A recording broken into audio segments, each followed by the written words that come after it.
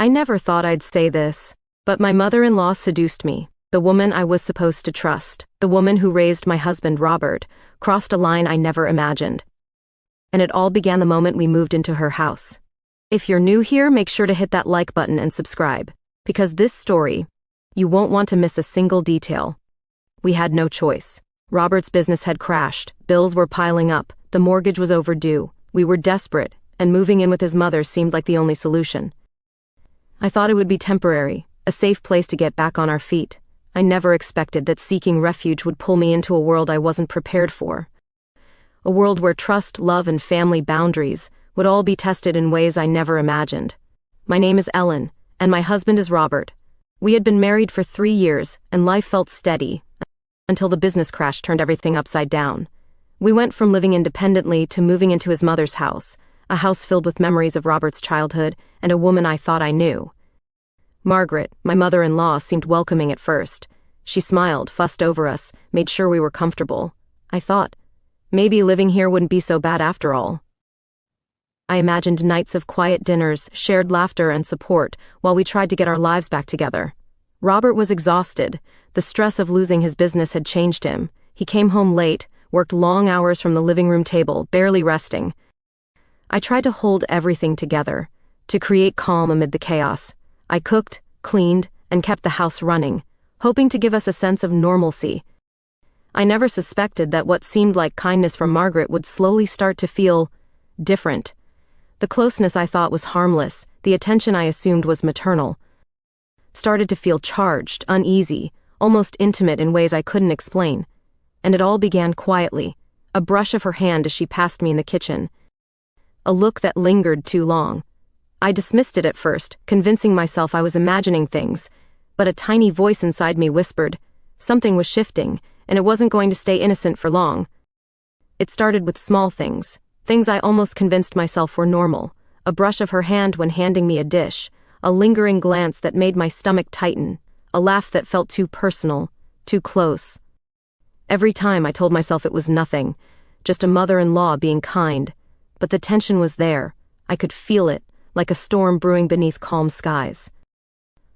One evening, Robert had to stay late at work. Margaret invited me to help her go through some old photo albums. It was supposed to be innocent, just organizing memories. But when she leaned over me, her hand brushed my back. Just a second, just a touch, and my heart froze. I wanted to step back, to pull away, but something held me there. Days passed, and the little things became more deliberate. She'd find reasons to be near me, ask personal questions about our marriage, laugh at jokes I didn't make. I tried to stay polite, careful, neutral, but every word, every movement seemed to pull me deeper into a tension I didn't want to feel. Then came the subtle messages. Notes in my purse, sticky notes on the bathroom mirror, just a few words, thinking of you. Every time I read one, my pulse quickened. Fear, confusion, and shame intertwined. I didn't tell Robert, I couldn't. I was trapped between loyalty to my husband, the shame of acknowledging her behavior, and the strange pull I felt despite myself. One night, as I washed dishes in the quiet kitchen, she leaned close behind me. Too close. Her perfume filled the air, her breath almost brushing my ear. "You don't have to hide from me," she whispered. My body froze. My heart thundered. I wanted to run, to yell, to call Robert, but I was rooted to the spot. It was in that moment I realized, this wasn't just a harmless closeness.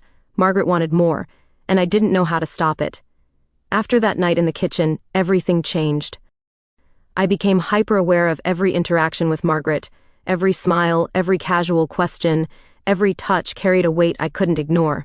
The tension had grown into something I could almost taste, a dangerous mix of fear, confusion, and an unspoken pull I didn't understand.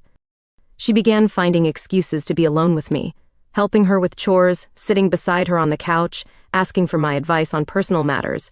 Each encounter carried a subtle charge that left me anxious, yet strangely unsettled.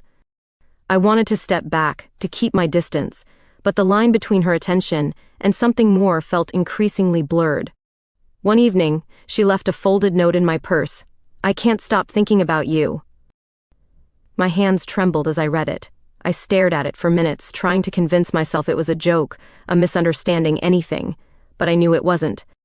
And I didn't tell Robert.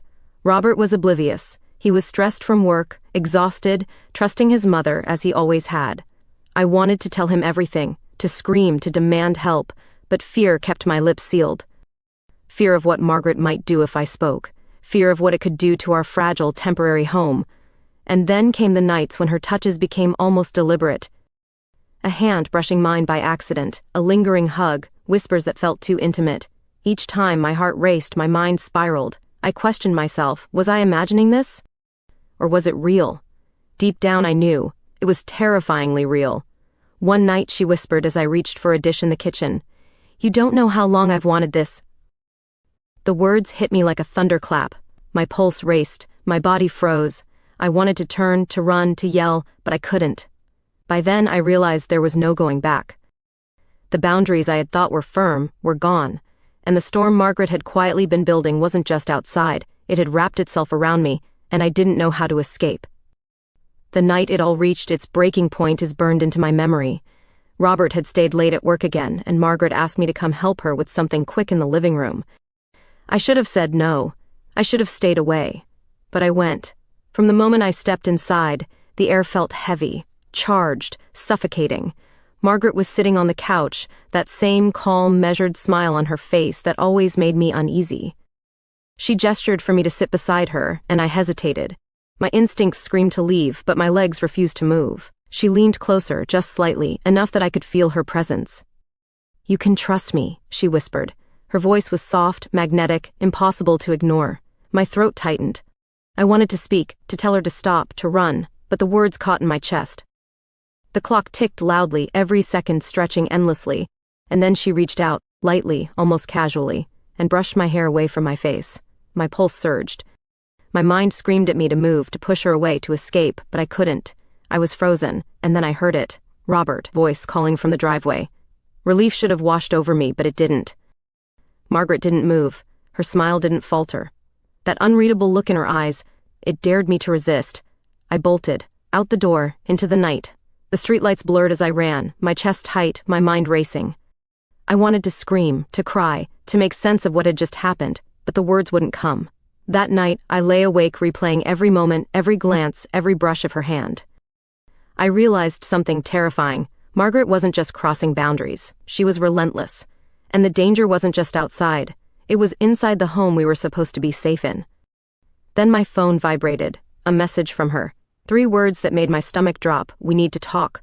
My pulse raced. My mind spun. And I realized the nightmare wasn't over. It was only beginning. In the days after that night, I tried to reclaim some sense of normalcy. I stayed polite, kept my distance, and pretended everything was fine. But inside, everything had changed. Every smile from Margaret, every casual comment made my heart race. The tension lingered, like a shadow I couldn't shake. I reflected on how it all began. How someone I trusted, someone I considered family, could become a source of fear, confusion, and desire I never asked for. And I realized that it wasn't just Margaret I needed to worry about. I had to confront my own emotions, my own boundaries, and my own silence. Robert was still oblivious, trusting his mother as always. Part of me wanted to tell him everything, to scream, to demand protection, but I feared the consequences. The fallout could destroy the fragile life we were rebuilding. Our marriage, our home, everything. Sometimes, late at night, I still think about that night in the living room. The way she whispered, the way she smiled, the way I froze. It haunts me, but it also reminds me of something important. Boundaries are everything, and silence can be dangerous. And then I get a message from her, sometimes when I least expect it. 3 words I'll never forget. "We need to talk. I don't know what comes next. All I know is that the shadow she cast is still there, and I wonder if I ever will be free from it." Have you ever faced someone crossing a line you thought was safe? What would you do in my shoes? Comment below, I want to know. And if you want more gripping, suspenseful stories, make sure to like and subscribe. Because the next story will leave you speechless.